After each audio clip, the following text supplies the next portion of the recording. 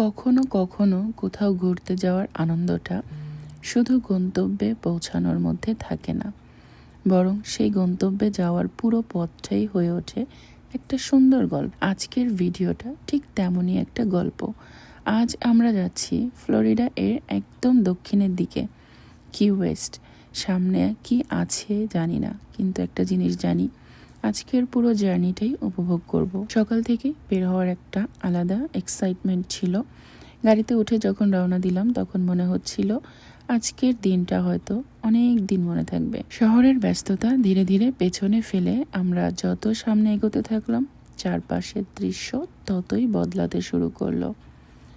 রাস্তার দুই পাশে সবুজ গাছপালা, উপরে বিশাল নীল আকাশ, মাঝে মাঝে মেঘের এমন সুন্দর ফরমেশন, মনে হচ্ছিল আকাশটাও আজ আমাদের সঙ্গে রোড ট্রিপে বের হয়েছে।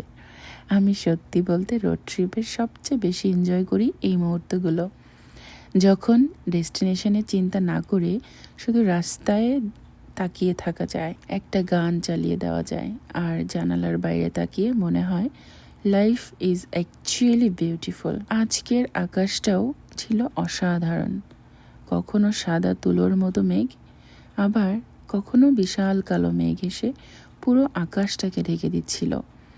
ফ্লোরিডা এর ওয়েদার মাঝে মাঝে এমনই, এক মুহূর্তে রোদ আর এক মুহূর্তে মেঘ, কিন্তু আমার কাছে এই পরিবর্তনটাই সুন্দর, কারণ পারফেক্ট ওয়েদার না হলেও একটা জার্নি সুন্দর হতে পারে। বরং কখনো কখনো মেঘলা আকাশ, বাতাস আর দূরের সমুদ্র সব কিছু মিলেই একটা সিনেম্যাটিক ফিলিং তৈরি করে। আর তারপর ধীরে ধীরে শুরু হলো এই জার্নির সবচেয়ে সুন্দর অংশগুলোর একটি। রাস্তা যেন শহর ছেড়ে সমুদ্রের মাঝখানে চলে যাচ্ছে। এক পাশে নীল পানি, অন্য পাশে নীল পানি, আর মাঝখান দিয়ে চলে গেছে আমাদের রাস্তা। এমন দৃশ্য সামনে থেকে দেখলে ক্যামেরায় যতটা সুন্দর লাগে, বাস্তবে তার থেকেও অনেক বেশি বিউটিফুল। এই সময়টাতে আমার বারবার মনে হচ্ছিল আমরা সত্যিই কি একটা নর্মাল হাইওয়ে দিয়ে যাচ্ছি, নাকি কোনো মুভি সিনের মধ্যে ঢুকে গেছি। এই রোড ট্রিপের সবচেয়ে ইন্টারেস্টিং ব্যাপারটা হলো একটার পর একটা ব্রিজ পার হতে হয়। দূর থেকে যখন ব্রিজগুলো দেখতে পাচ্ছিলাম, মনে হচ্ছিল রাস্তার শেষ নেই, শুধু সামনে এগিয়ে যাচ্ছি। আর সামনে যতই যাচ্ছি চারপাশের ভিউ ততই সুন্দর হচ্ছে। কিছু কিছু মুহূর্ত আছে যেগুলো আসলে এক্সপ্লেইন করা যায় না, শুধু চুপ করে দেখতে হয়। এই মুহূর্তটাও ঠিক তেমন। সমুদ্রের পানি যখন গাড়ির জানালার পাশ দিয়ে দেখা যাচ্ছিল, তখন মনে হচ্ছিল আমরা যেন ল্যান্ডের উপর দিয়ে না, সমুদ্রের উপর দিয়ে যাচ্ছি, ড্রাইভ করছি সমুদ্রের পানির উপর দিয়ে। কোথাও পানি একদম শান্ত, কোথাও ছোট ছোট ঢেউ, কোথাও আবার দূরে একটা বোট চলে যাচ্ছে।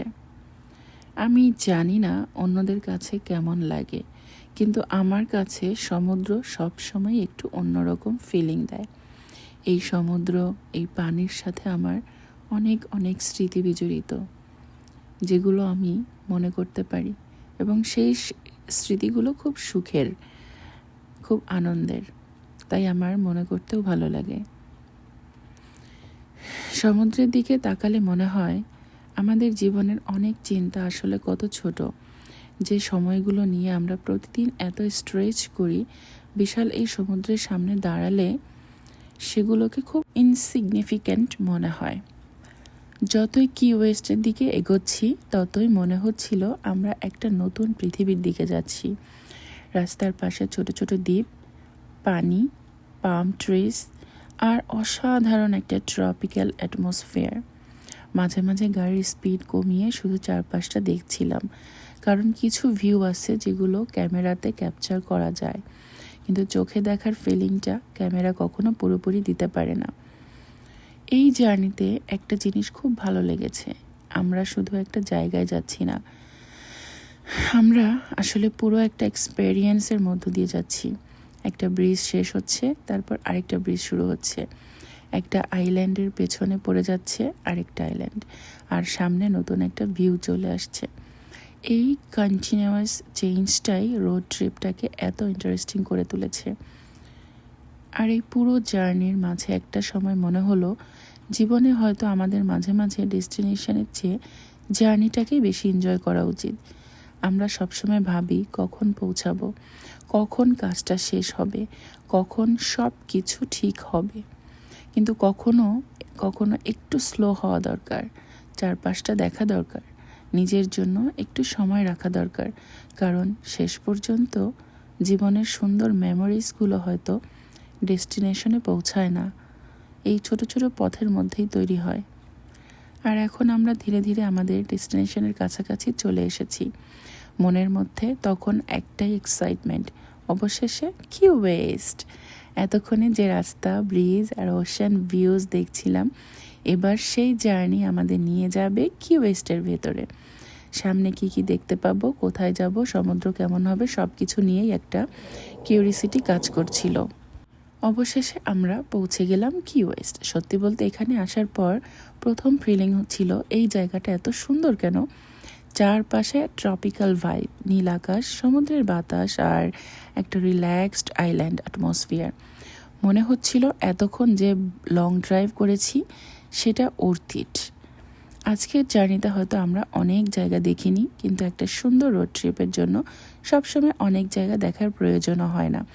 কখনো একটা সুন্দর রাস্তা, একটা বিশাল ব্রিজ, দুই পাশে নীল সমুদ্র, আকাশ ভরা মেঘ আর প্রিয় একটা গানই যথেষ্ট একটা দিনকে মেমোরেবল করে দেওয়ার জন্য। কিউ ওয়েস্টের এই জার্নি আমাকে আবার মনে করিয়ে দিল কখনো কখনো জীবনের সবচেয়ে সুন্দর মুহূর্তগুলো ডেস্টিনেশনে নয়, ডেস্টিনেশনের পথে লুকিয়ে থাকে।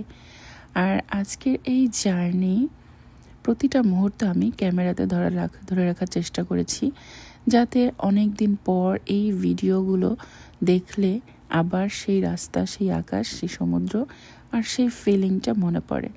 তোমরা যদি কখনো ফ্লোরিডা থেকে কিউ ওয়েস্ট যাওয়ার প্ল্যান করো, তাহলে শুধু কিউ ওয়েস্টে পৌঁছানোর জন্য ড্রাইভ করো না, পুরো জার্নিটা এনজয় করো। কারণ বিশ্বাস করো, এই রাস্তার বিউটিটাই কিউ ওয়েস্ট ট্রিপ এর একটা বড় অংশ। আজকের ভিডিওতে আমি যতটুকু সম্ভব আমাদের জার্নিটা দেখানোর চেষ্টা করেছি।